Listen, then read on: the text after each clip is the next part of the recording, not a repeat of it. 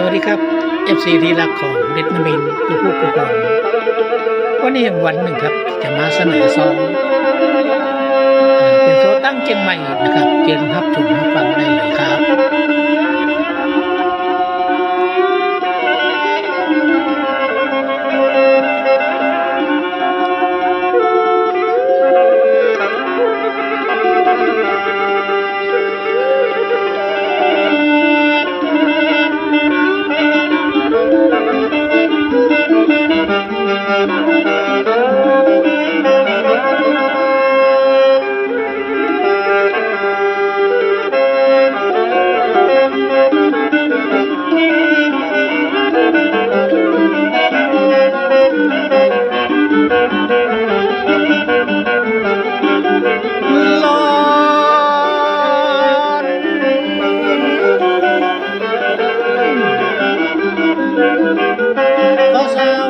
ดีFC ดังส่งเสียงไปยังคนฟังทั่วทิศจากโซดีๆแบบบะมีลิมิตจากโซยอดคิดก็ต้องไอริสนามิน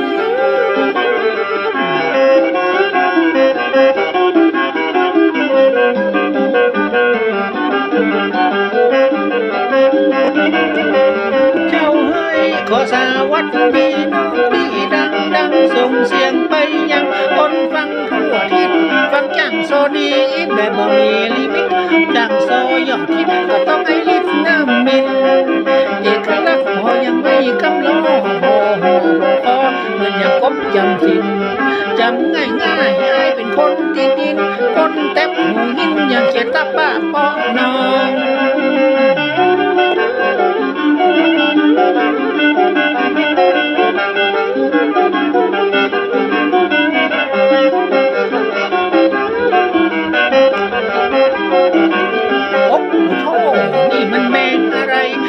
โซตั้งใด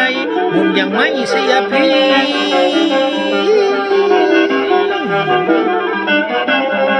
แม่น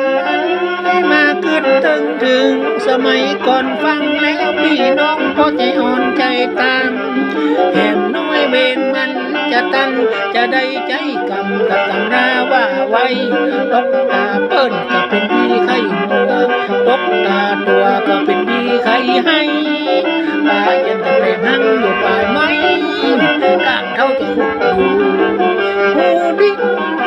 บ้านเมืองมันบ่ลังจะสุดซอยเปิ้นว่ากบเขียดน้อยจะไล่กินงูสิงมาเดียวพอใจให้ใครเป็นแม่ยิงใส่น้ำจะปีคืนนี้พอดไปไหมขอหัวใจเย็นเหมือนกับน้ำลวกไก่นี่เลยน้องและนา